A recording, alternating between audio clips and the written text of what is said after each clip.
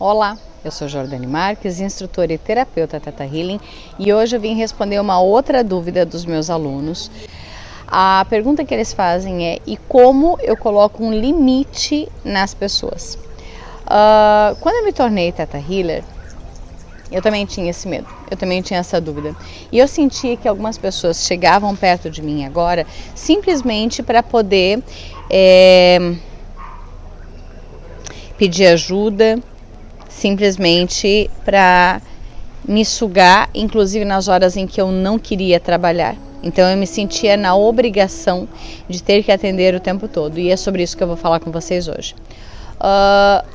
Uma das coisas que nós aprendemos com a história da humanidade é que a pessoa que começa a trabalhar com essa conexão com a fonte criadora de tudo que alguns vão chamar de Deus, é exatamente a necessidade de doar a sua vida ao sacerdócio da cura, como os sacerdotes fazem, como os médicos fazem, que um médico, por exemplo, se ele está num avião e alguém passa mal, e o comissário de bordo, por exemplo, perguntar: existe algum médico a bordo? Ele tem que se manifestar.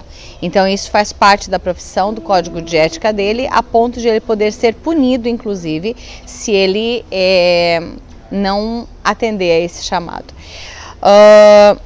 Assim como o padre. Então você não está padre, você é padre. Você, da mesma forma, você não está médico, você é médico. Então isso faz a gente às vezes ter a falsa sensação de que a gente precisa, a partir do momento em que a gente começa a trabalhar como curador, ter a falsa sensação de que agora a gente tem que abrir mão da nossa vida e trabalhar pela cura. Eu tinha a sensação de que eu não podia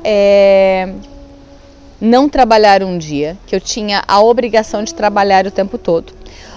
Eu também tinha uma outra sensação, a sensação de que aqueles pacientes que por acaso não me fizessem bem, que eu não podia demiti-los, que eu não podia encerrar o tempo com eles. Em coaching a gente chama assim de demitir um cliente, né? Então eu vou usar essa mesma analogia para o trabalho de cura, mas você já entendeu que é sobre encerrar o tempo com uma pessoa.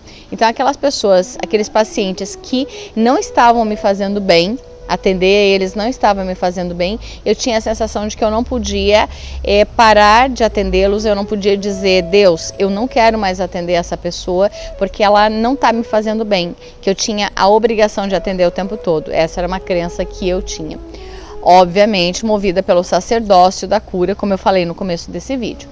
A outra crença que eu tinha era que se eu não atendesse, ou se eu parasse de atender, ou se eu tirasse férias, ou se eu dissesse que eu não queria mais atender um paciente, é como se Deus fosse ficar bravo comigo.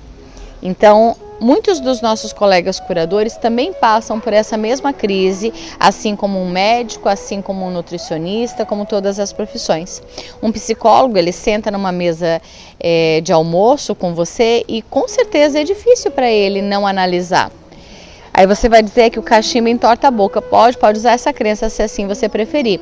Mas é difícil um dentista sentar na tua frente e não olhar para os teus dentes. É difícil um cardiologista ser seu amigo e sentar do seu lado, ver você fumando e não falar: pá, cara, para de fumar, isso aí não vai te fazer bem. Então, é da profissão. Então, eu também tinha a sensação de que agora eu não podia mais sentar numa mesa de domingo sem curar as pessoas. Tudo isso faz com que um curador queira deixar de ser curador, consciente ou inconscientemente. Conscientemente, ele vai começar a se irritar com essa profissão e vai querer deixar de ser curador. Inconscientemente, como é que ele vai dar o jeito de parar de ser curador? Simples. Ele vai criar alguma treta, ele vai criar algum problema físico, uma doença, por exemplo, para que ele não precise mais trabalhar como curador. Ele vai criar alguma dificuldade de saúde nele ou alguma dificuldade econômica nele para que ele não precise mais trabalhar como curador.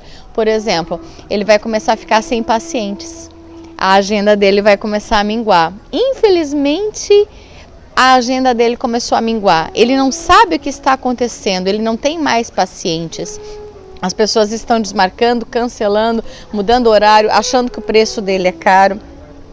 Tudo isso porque ele, de alguma forma, quer não ter que trabalhar. Talvez esteja pesado para você como curador.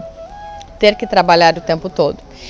Ou então pode ser que para você esteja pesado trabalhar e receber tão pouco pelo seu serviço.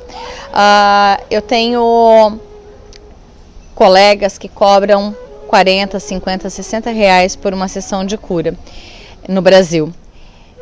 Lá no interior, onde a realidade é um pouco diferente, faz sentido que o teu preço da tua consulta seja um pouco menor.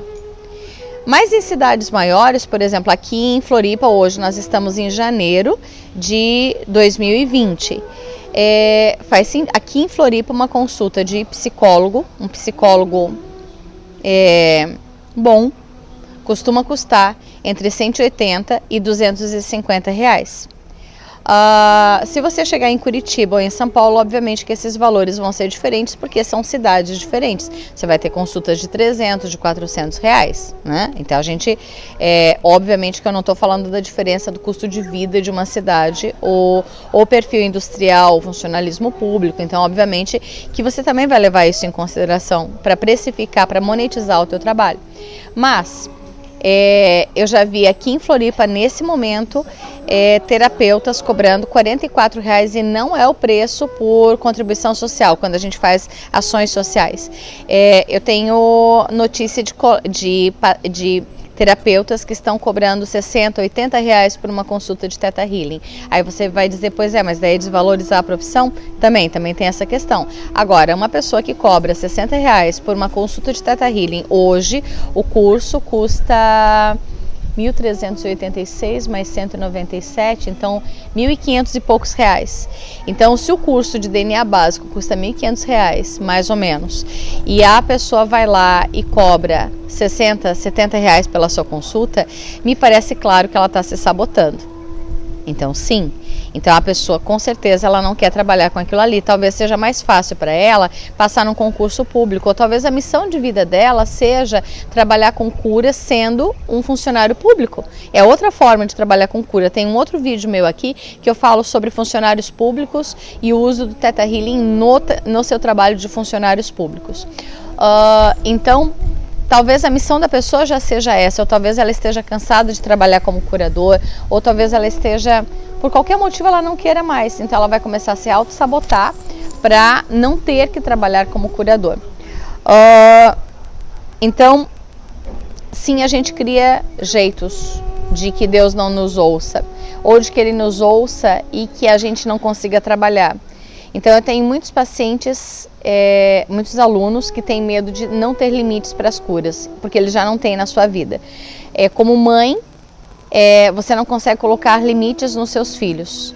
Como que você vai colocar nos seus pacientes? Então o problema não é dos pacientes ou da cura, o problema é seu como terapeuta.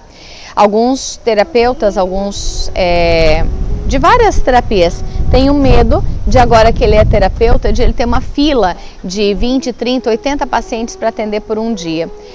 Alguns pacientes têm medo de que seu nome vá parar no jornal e que eles têm uma fila de pacientes que eles não possam dar conta. Eu já tive esse medo e a partir desse medo eu me tornei instrutora para criar novos terapeutas para que eles dessem conta, porque a minha fila de espera era tão grande que eu não estava dando conta de atender todo mundo e ter a minha vida. E quando eu perguntei para Deus como que eu fazia, Ele me mostrou: forme outros terapeutas que com isso eles vão ajudar a cuidar, a curar o mundo todo e você vai estar livre desse peso que você está sentindo.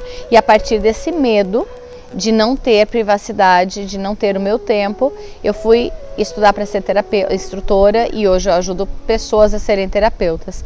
Então, quando eu não posso, eu indico pacientes para os meus alunos. Se você também tem medo de ser sugado pela cura, compartilhe esse vídeo com os teus amigos, dá um like, deixa o seu joinha, deixa comentário aqui embaixo, curte o nosso Instagram, segue no Instagram, te inscreve no meu canal aqui do YouTube, tem outros vídeos aqui que você também pode acompanhar e receber a notificação do sininho, aciona o sininho, para você aprender a colocar limites, não só como curador, mas na sua vida pessoal também, porque se você não põe na sua vida pessoal, também vai ter dificuldade como curador, é só mais um sintoma. Gratidão por você ter vindo até aqui e por me acompanhar.